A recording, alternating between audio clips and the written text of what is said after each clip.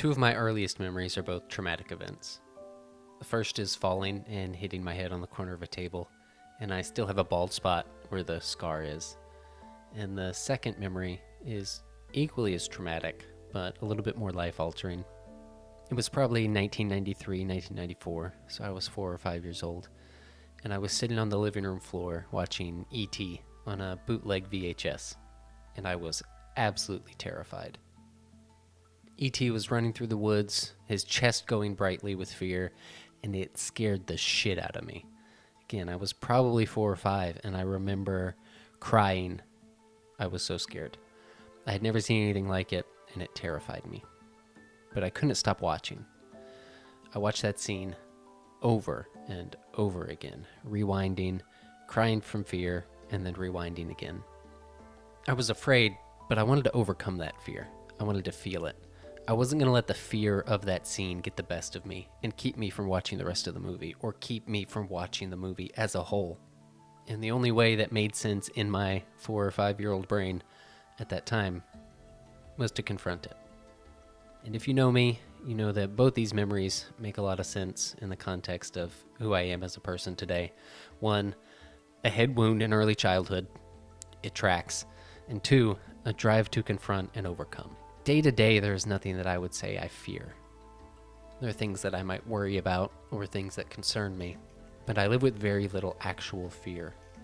I actively want to face those things that are dark, heavy, and uncomfortable because I believe that life is, in and of itself, dark, heavy, and uncomfortable if we let it be.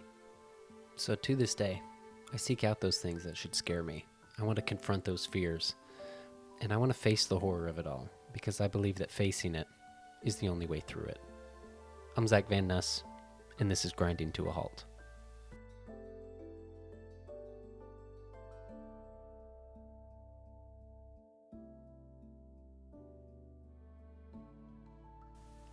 This episode is coming out on October 1st, which means it is officially spooky season, and that means endless lists of must-watch horror movies, and must-read horror books, and must-watch TV shows, must-watch horror, non-stop for the next 31 days. But for me, it is kind of always spooky season. I have, for as long as I can remember, watched at least one horror movie a day. A couple years ago, moved to Bangor, Maine, not for a job or for any logical reason, other than it's where Stephen King lives. It's Derry.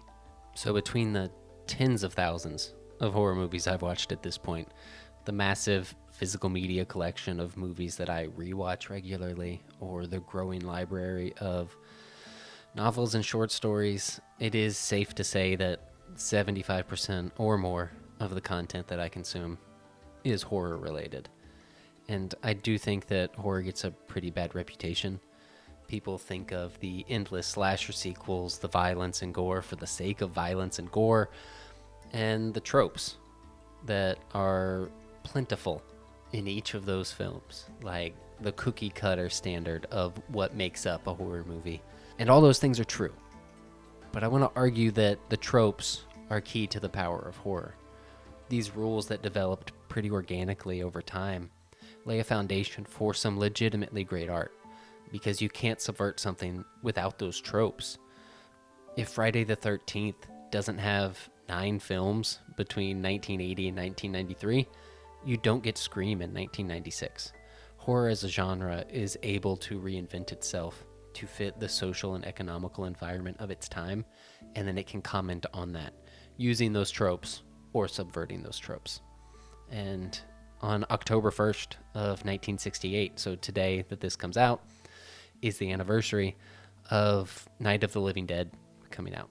And it is a zombie movie, yes, but it's about race in America. And it speaks to the time that it was made and released. And I would argue that it is equally as relevant today, but for different reasons. And to stick with Romero, 10 years later, he released Dawn of the Dead in 1978. Which is a critique on capitalism and consumerism in America. Again, something that is equally as relevant today as it was then, and it was a bold statement then, the same way it is now.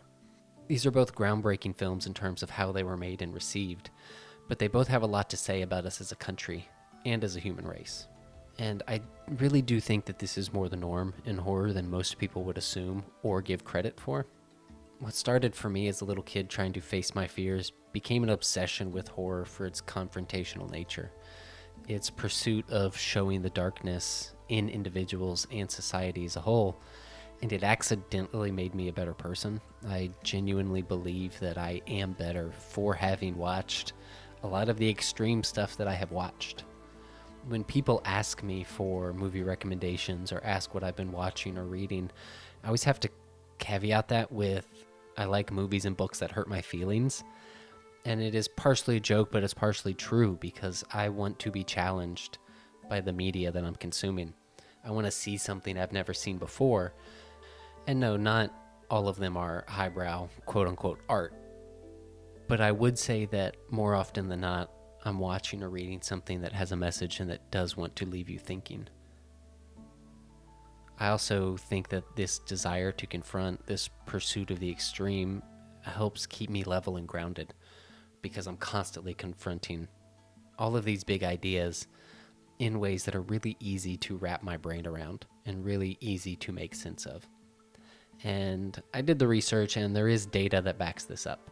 Margaret J. King, who is the director of the Center for Cultural Studies and Analysis, had this to say, quote, "Horror movies have a long history of providing some kind of reassurance.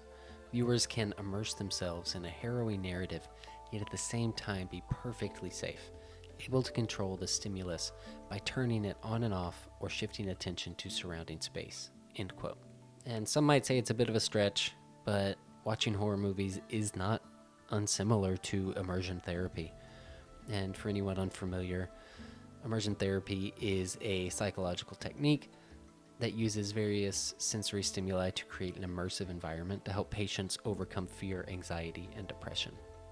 I think this willingness to immerse yourself and confront these fears and anxieties also speaks to why true crime is so popular. In a Pew Research poll from June of 2022, among U.S. podcast listeners, women are almost twice as likely as men to be regular listeners of true crime podcasts. So this means 44% of women and 23% of men who are average, normal, daily podcast consumers.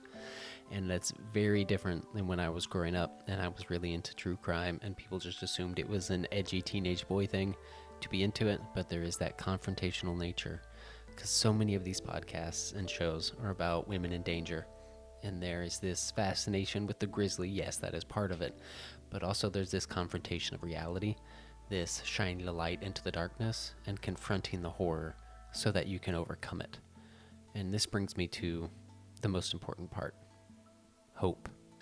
When I watch a movie that does, hurt my feelings, like I like to joke, I also wanted to provide an answer to its own question. Past guest Clay McLeod Chapman writes grief better than literally anyone else I have ever read. In his book Ghost Eaters, he pairs it with this belief that if we choose to do so, we can make it to the other side. We can be better. We can improve our lives. It isn't easy, and many will fail, but we do have the ability, should we choose to put in the work.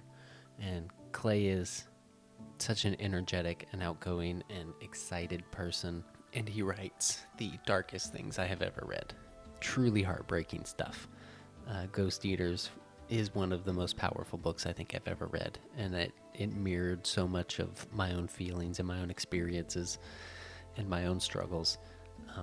I can't recommend it enough. Just go read Ghost Eaters by Clay McLeod Chapman. It's amazing. And one last example, and I do want to give a warning. If you haven't seen the show Midnight Mass on Netflix and you plan to at any point, I am going to talk about a key plot point coming up and how it is relevant to me. So, if you want to save that and you don't want to have it spoiled for you, thanks for coming. Thanks for listening so far. Talk to you next time. And for everybody else, I will explain the moment, so there's no need to have prior knowledge. So a few years ago, my wife and I lost a baby, and a miscarriage is such a unique, painful, and from the outside, invisible loss. It gets swept under the rug, even at doctor's appointments immediately following the miscarriage. they say things like, "You're still young and you can try again. You can have another baby," was exactly what was said to us. And I didn't want another baby. I wanted that baby.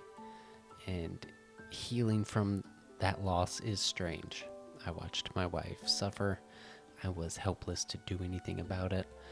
And I watched as the few people who did know about it, who were aware that we were expecting or then knew about the miscarriage, I watched as people kind of talk around it for a little while and then never mention it again, adding to the invisibility of that loss. And it's not their fault. This isn't me pointing the finger or casting blame in any sort of way. I think that we as a society are really bad about talking about miscarriages and talking about those types of losses. It's really sad. It's really depressing. There's no real comfort to be given, so people tend to ignore it. So what does that have to do with Midnight Mass? If you haven't seen the show, in the 4th episode, 2 main characters have a conversation about death, and the prompt is, what happens when you die?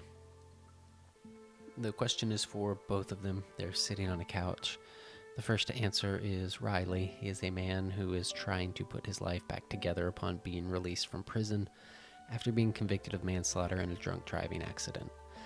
And his response is based in logic and science, and it is what technically happens to the human body upon death, what we factually know to be true of our bodies as they die.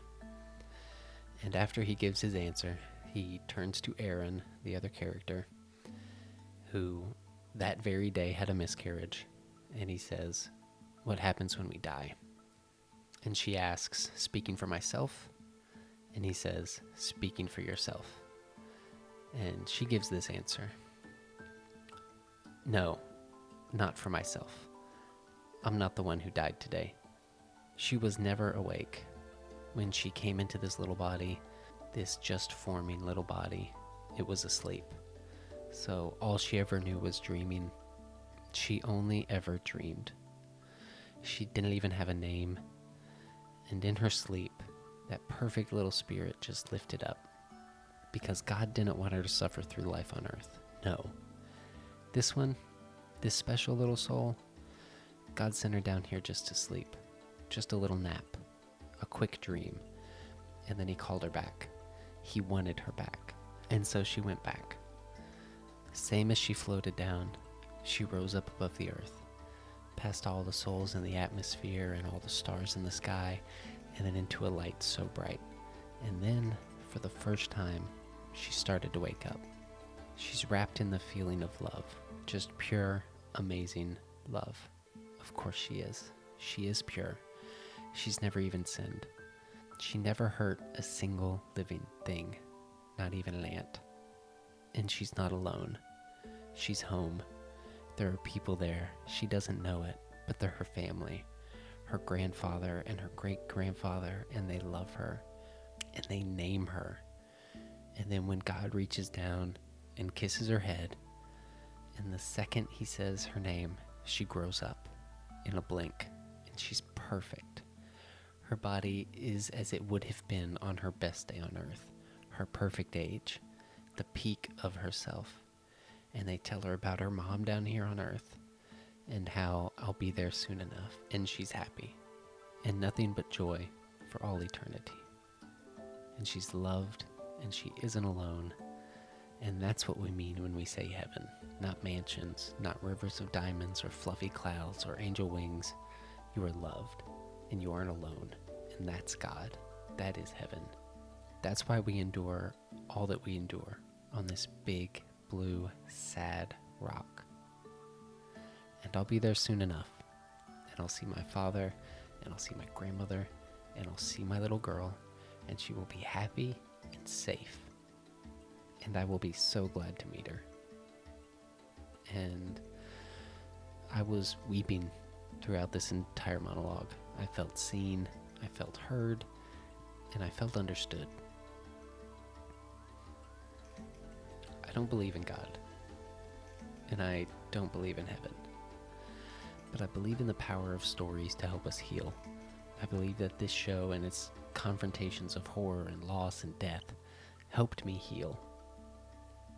And I could give 1,000 examples of directors and writers or books and movies in the horror genre that have just as much truth and power in them. And I know this will be a topic that I revisit later on, so I will save some of those, but I want to wrap with this. Life is cruel. It's unjust. But rewinding the tape, watching the things that scare us over and over again until they lose their power sets us free. It gives us a chance to heal, to move on, to be better. Because not facing those things and living in that fear is the real horror of it all.